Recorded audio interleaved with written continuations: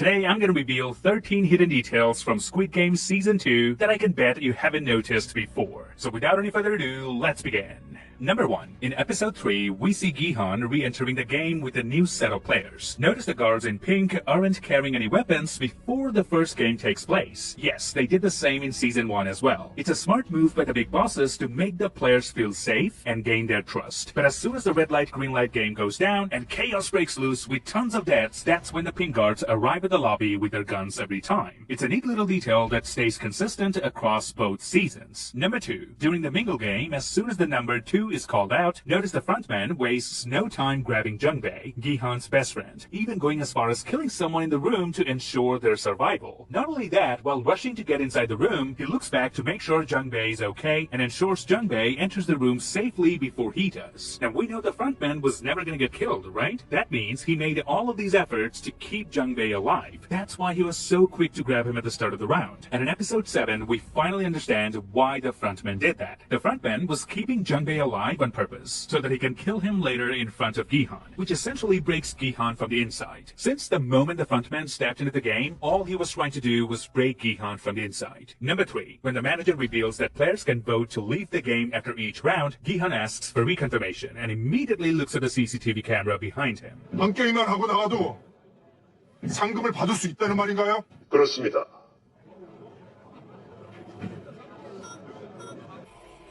Now what's fascinating to me is that the frontman was already keeping an eye on Gi-hun through that exact camera. Notice how the camera angles and screens stay the same. It's clear the frontman was precisely looking at Gi-hun the entire time. This foreshadows how the frontman will eventually infiltrate the game and attempt to sabotage Gi-hun from within. Number 4. When Junho tells Captain Park that they have a tracker planted on Gi-hun, helping them locate the island, notice as soon as Captain Park hears it, he immediately looks down and starts rotating a button. Now this can only mean one thing: he's sending a signal to the frontman. The fact that Captain Park rescued Junho, and despite 2 years of searching, they still haven't found that island, says a lot. How big do you think the Korean Sea is that they can't spot an uncharted island in 2 years? The truth is, Park has been deliberately sending Junho off course the whole time. And notice when Junho says he will give up searching for the island, Captain Park gets worried for a second. 그래서 이제 그만하려고요. This is because if Junho really does quit searching for the island, that would mean Captain Park can no longer keep an eye on Junho, and Junho might actually find the island that way. And that's why Park tries to push back Junho into keeping the search going. 이래놓고 또 일주일 뒤에 다시 오겠지? Number 5. Season 2 gives us a much closer look at the pink guards. Unlike Season 1, where their masks kept them completely mysterious, here we see more of their world, even showing how they're being forced into these worlds as well. It turns out, just like the players drowning in debt, the pink guards are also in it for the money. This season gives them more depth, making them feel more human compared to the first season. That's why this time around, we catch glimpses of their faces peeking through their masks, therefore humanizing them. Number 6. In the red light, green light game, when everyone realizes that lives are truly at stake and players genuinely die for breaking the rules, notice how the son immediately jumps into action to protect his mother when green light is called. He quickly shields her, putting himself in front. But later, during the mingle game, the same son abandons her. This small detail highlights how drastically human behavior can change when there's a huge amount of money at stake. Although later he regrets leaving his mother behind, but the fact remains that he did abandon her at that moment. Number 7. In Episode 7, when Gi-hun tells the team that they should fight the creators of the game instead of fighting each other, Daeho asks this. 그놈들이 어디 있는데요? Gi-hun then looks up and says that the bosses are the ones watching them through the cameras from above. 저 위, 계단 위쪽에 이 게임을 컨트롤하는 놈들과 시설이 있어요. But notice, while everyone looks up along with Gi-hun, Young Il, aka the frontman, never looks up. Another great detail implying he doesn't need to look up because he himself is one of the main bosses from upstairs. Number 8. During the spinning top game, the frontman fails 3 consecutive times, and then on the 4th attempt he succeeds. Now notice, during the first 3 attempts, he tried it with his right hand, but on the final attempt, he threw the spinning top with his left hand and succeeded. This detail is actually a clever callback to Season 1, where we learn that the frontman is left-handed. Number 9. During the 6-legged game, the frontman stays calm and collected, actually watching the players and seeming to enjoy their successes. It's almost as if he genuinely wants the players to do well. On the other hand, it's the VIPs who are the real villains, constantly pushing to raise the stakes and cause more casualties. It was them who forced the frontman to turn off the lights during the glass stepping stone game, when one of the players had figured out how to tell the glasses apart. Number 10. As each game goes, the players slowly become numb to the deaths around them.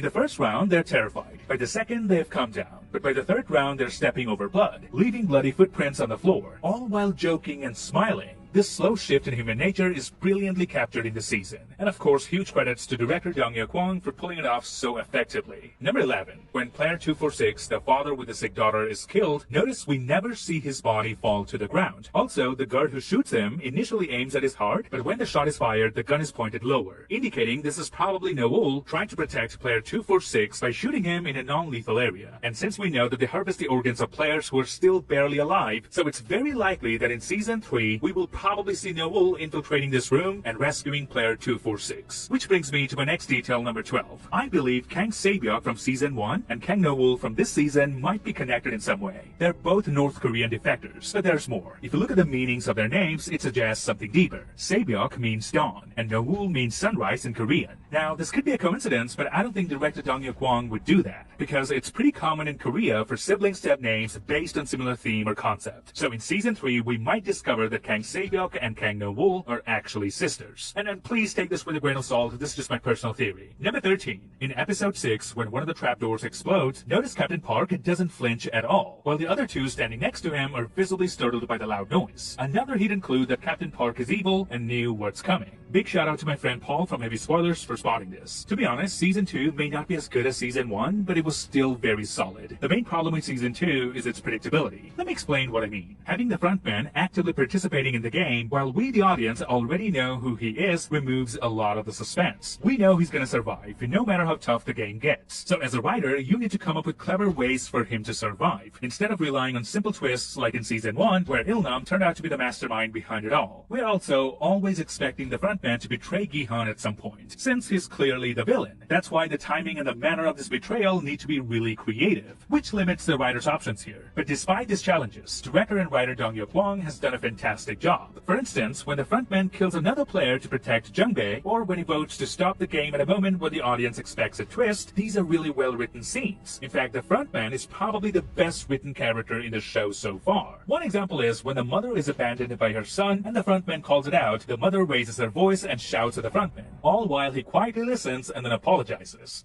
남들한테 당하면 당했지 어디 가서 남들한테 해코지는 한 번도 한 적이 없습니다. 말씀 함부로 하지 마세요. 죄송합니다. 그런 뜻은 아니었습니다.